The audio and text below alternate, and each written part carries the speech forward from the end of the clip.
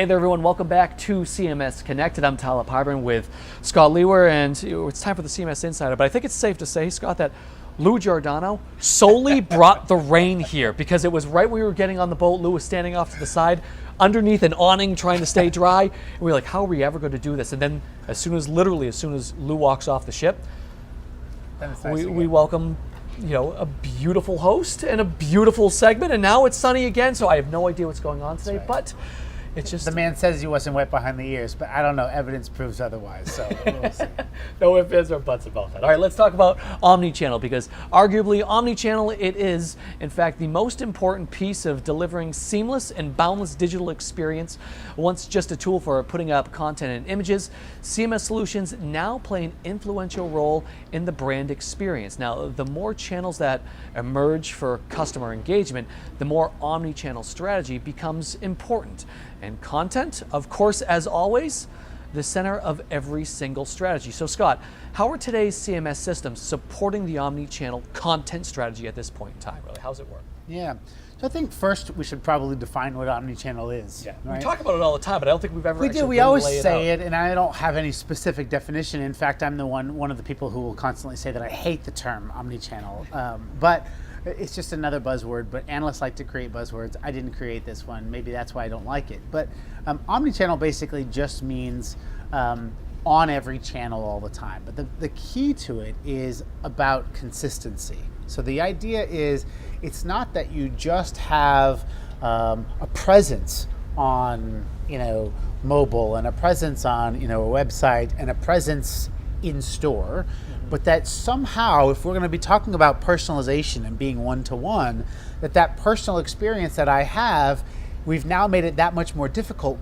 By getting personal, now I expect that same level of personalization in every one of those channels. So if you're going to make my online experience super personalized and tailored to me, now when I come at you from my mobile device, either in your app or whatever, I got to have the same level of personalization. And why can't you still also be able to bring that to me in store? If you know who I am there and you sent me an email to get me to come in your store to go buy something, now when I come, recognize that I'm me and help me find that thing, right? And so that kind of consistency across all those channels is really what the kind of omni-channel story is all about. And again, as we up the game technology-wise, we actually make it that much more difficult to achieve for ourselves, but that's essentially what Omnichannel is all about. So given today's topic, talking about search, obviously, we make joke about Lou, but Lou is great as far as the interview is concerned. So let's talk about from a search perspective. Now, why are there search-specific requirements for Omnichannel, really?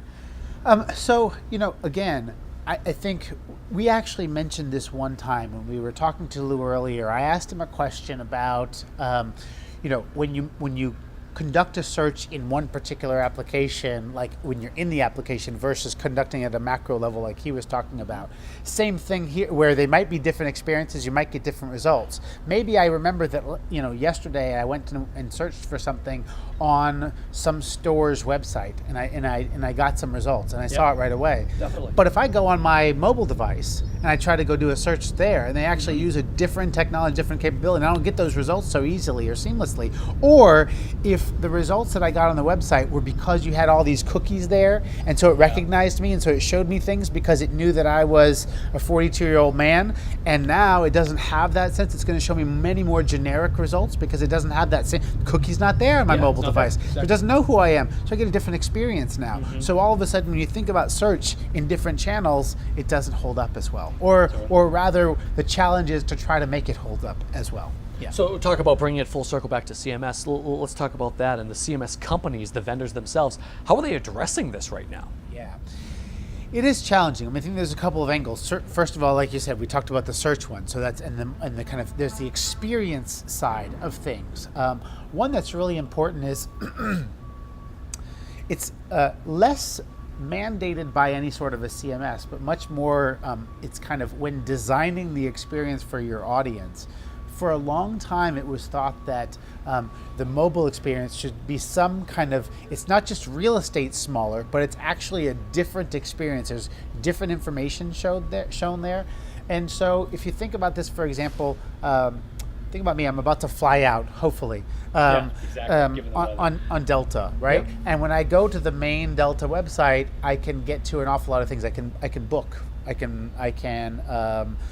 change my flight. I can do all those change things. your seats, do all those things. But maybe on the app, it doesn't allow me to change my flight because maybe that's something that they thought it's only being conducted a small percentage of the time, so let's not take up that very Let's valuable eliminate it. real estate by doing that. So the experience itself, but actually what they're starting to do is saying, you know what, no, our assumptions about that are not true. Let's try to make everything that was available on the website available on the mobile experience, make that available in other channels as well. So there's the experience side of things, trying to make those consistent.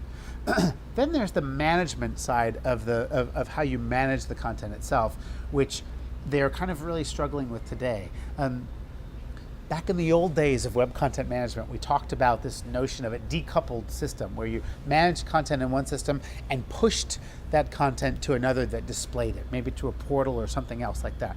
So they were always two different systems. There were a lot of challenges with that model because you couldn't do things like preview what that experience was going to look like. You could manage it, but you had to do it in a very abstract way. And you couldn't picture what the website was going to look like. Now they've coupled those systems and you can almost edit the content as if you're on whatever is the ultimate experience, right?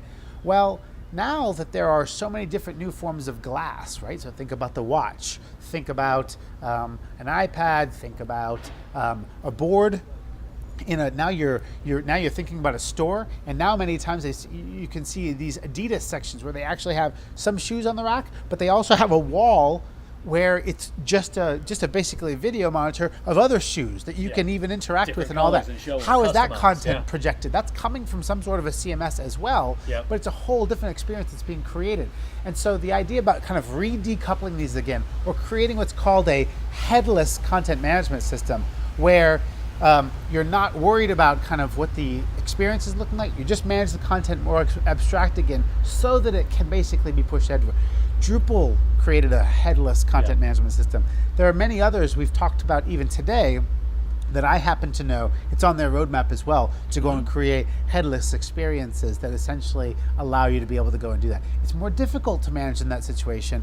It's more complex, but it does allow for that for that ease of being able to push to any system, from any system. The notion of kind of content as a service is much more prevalent. So we're going to talk about the technology, but I actually want to ask you if maybe the people are the problem, right? So, is the technology really the problem with creating these omni-channel experiences? Because that's, you kind of weigh it, right? It's a very good question. Technology is a problem. It is not the problem, right? So there is certainly much more of an idea, even some of these examples that I've given already, the idea of trying to put yourself in your customer's position to be able to think about, are they going to ever need to rebook from the app, where that wasn't available before for a long time in the Delta app, but then they've made it available now over time because they've realized these people were completely, tangled. If they need to rebook, they need to be able to do it from wherever they are in an airport, right? So one is just really getting an organization that's much more kind of outside in, looks through the lens of its customer, really understands the archetypes of its customers or the personas of the customers and what they're trying to do. So we're constantly thinking about those customer journeys and where that might kind of take them, in what ways. If you think about, again, back to my airline, I fly too much, obviously. I was going to say, can you tell this guy flies a lot and flies Delta? Think about tracking bags or whatever. I want to be able to go and I'm getting off the plane. It's a very physical experience. I'm going to go look for it. I don't see my bag coming around the carousel. Can I get back onto my phone? Can I look and see if the bag is there?